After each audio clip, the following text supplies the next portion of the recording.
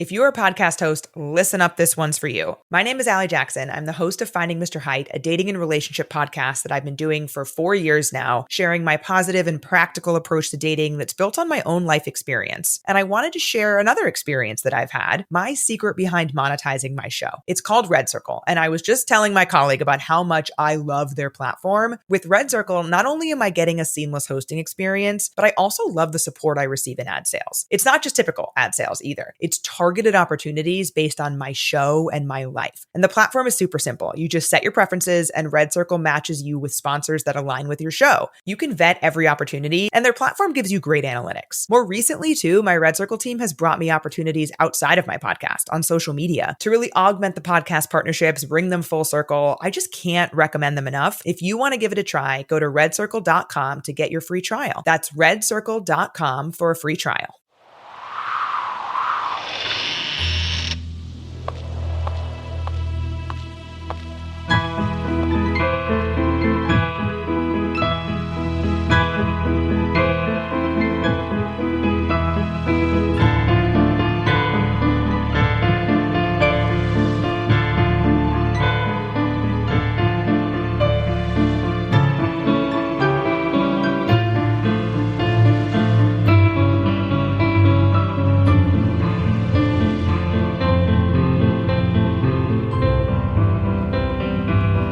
Things with Wings Productions presents Chapter 21 of the Skylark Bell Skyedive. I'm your host, Melissa Oliveri. In last week's episode, Farfalla became aware of Nurse Betsey's cruelty toward the Carnifex children. In today's episode, we read Chapter 21, Seabird, in which Farfalla uses newfound skills to avenge the children. Today's podcast partner is Mums, Mysteries, and Murder, proud members of the boopod network of true crime and paranormal podcasts. Hosts Marti and Effie, each hailing from Australia and Scotland respectively, add a heavy dose of wit to their stories about true crime and the unexplained, each hailing from their home countries. You're sure to find topics you haven't heard elsewhere on Mums, Mysteries, and Murder. Be sure to check the show notes for a link to their podcast. Now it's time to settle in, grab a blanket and a warm drink. We're getting started.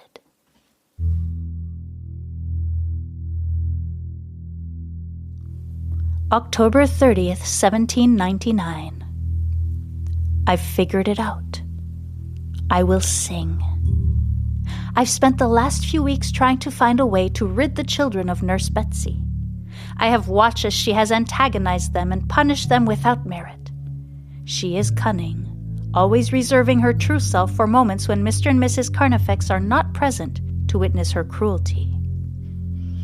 In their presence, she is every bit the perfect nanny, which has made it difficult for me to put an end to her twisted game. I tried speaking to them, gently guiding the conversation toward her behavior. But the idea that Nurse Betsey was anything but perfect was so foreign to them that they wouldn't even entertain it. I then attempted to speak directly to Betsey. But unlike most of the people in the village, she neither fears nor respects me. She laughed and told me the children were lying and that she would have a word with them about all this. My attempt at an intervention cost each of them a spanking. I have spent sleepless nights trying to concoct a plan to get her out of their lives, trying to spend as many of my days with them as possible. Then last night, I was called to perform for a family on the other side of the island. The father was in bad shape. My guess is dysentery. I sang for him Audrey Tourtereau's French song, but he was still moaning and crying out. His wife began asking why I wasn't making him better, and questioning my capabilities. So I sang the song of the oak tree. Not for him, but for her. Once I felt like she was hypnotized. Papa always said my voice was hypnotic. Perhaps he was onto something. I told her to go make herself a cup of tea with laudanum and go sit on the couch. Sure enough, she followed my instructions to the letter. She was sound asleep on the couch when I let myself out. I will sing. I will sing for Betsey, and she will do my bidding. Children, why don't we play hide-and-go-seek? Shouts Farfalla excitedly. I hardly think that's appropriate. We don't want anyone to go missing, do we? Says Nurse Betsey. Or do we? Wonders Farfalla. Oh, Nurse Betsey, we play hide-and-go-seek with Miss Sky all the time. It's tremendous fun. Please say yes, begs Franny. We promise we'll come out if you can't find us, adds Felix. Nurse Betsey, not wanting to be outdone by Farfalla, nods her head reluctantly. But you need to stay on Carnifex land, understood? She asks in her usual sharp tone. Both children nod solemnly. Wonderful, says Farfalla, clapping her hands. Now, the two of you go hide while Nurse Betsey and I count to 100. Ready? Set? Go. The children scurry across the field in different directions as Farfalla turns to face the stone wall at the back of Carnifex house. Nurse Betsey stands next to her, stoic and silent. Farfalla counts to 50, then softly begins to hum the song of the oak tree. What on earth are you doing? Asks Nurse Betsey. But Farfalla keeps her face turned toward the wall, gradually singing louder and louder. Eventually, she turns to look at Betsey, who is staring at her, wide-eyed. Farfalla, still singing, turns and starts walking across the field toward the path that leads to the beach. Betsey follows closely behind, as if in a trance. They walk all the way across the field, but instead of taking the path to the beach, Farfalla takes a sharp left, and they start walking uphill into the neighboring field. Farfalla keeps her singing steady as the cold wind blows the tall, dry grass around them. There is a chill in the air. October is almost over. The ocean will be very cold now. Farfalla can feel herself getting winded as they walk up the hill, which gets steeper and steeper with every step. But she keeps singing, and Betsey follows without question. Finally, Farfalla reaches the top of the hill. From this vantage point, she can see the ocean stretch for miles, its choppy surface interrupted by a series of rocky islands in the distance. She can see the sandy beach stretch out to her right. She can see the rocks and crashing waves directly below the cliff on which she and Betsey now stand. Farfalla stops singing and turns to face Betsey. I know what you did to those children, she begins. Children, echoes Betsey. I know it was you who broke the music box, continues Farfalla. Music, whispers Betsey. I tried to speak to Mr. and Mrs. Carnifex. I even tried to speak to you, she cries, tears streaming down her face. You are a hurtful, horrible person, Betsey, she continues, her emotions getting the better of her. Betsey blinks, and Farfalla worries that the spell may be broken. She hums the song again to regain control. This time, a seabird begins circling overhead, intrigued by the sound of Farfalla's voice. Once she is certain Betsey is once again in a trance, Farfalla points to the cliff's edge. Walk, she says simply. Betsey turns on her heel and takes a step. Farfalla wipes the tears from her face and smiles. It's working. The wind picks up, blowing the seabird out into the bay. It fights to get back to the cliff's edge and lands on a rock a few paces away from Farfalla. Betsey continues her slow, methodical march to the edge of the cliff.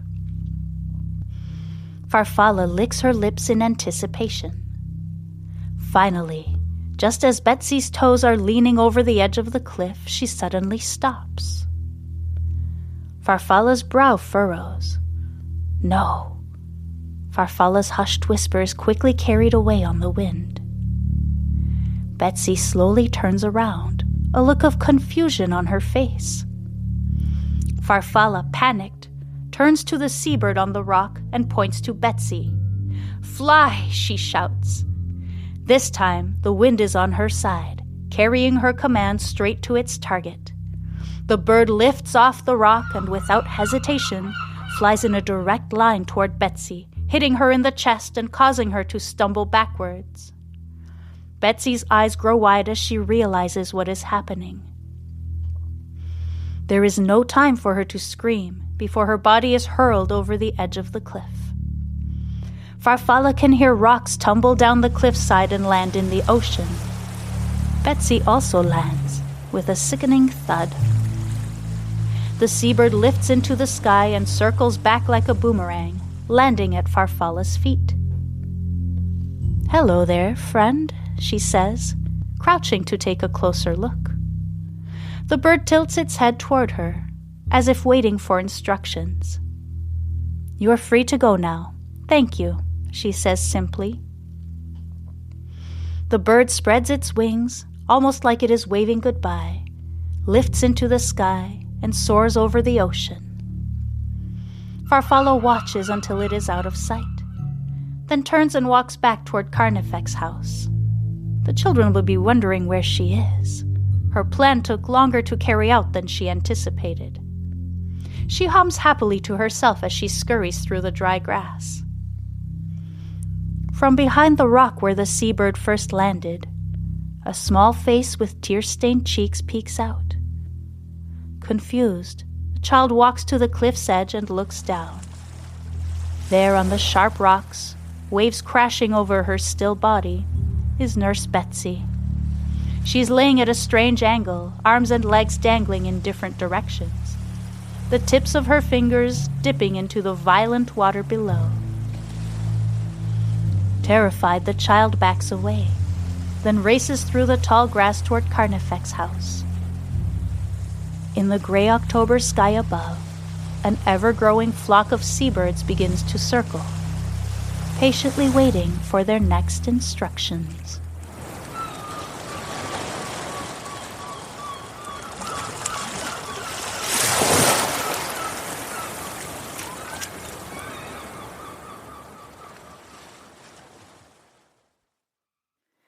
Thank you so much for listening. Join me next week for Chapter 22, Trial by Water, in which Farfalla's actions catch up with her. The Skylark Bell is brought to you by Phaeton Starling Publishing and features original music by Canal. Leaving a rating or review on your preferred podcast platform is incredibly helpful in getting the podcast some visibility so others can find and enjoy the story of the Skylark Bell. It's a quick, easy, and free way to support my work. If you'd like to support me further, you can also subscribe to Patreon, where you'll get early access to ad-free episodes, digital downloads of the music, artwork, behind-the-scenes videos, and more. And be sure to follow me on social media for updates. I love to connect with listeners. Just check the show notes for all necessary links. Once again, thank you for listening. I'm Melissa Oliveri, writer, host, and producer of the Skylark Bell podcast.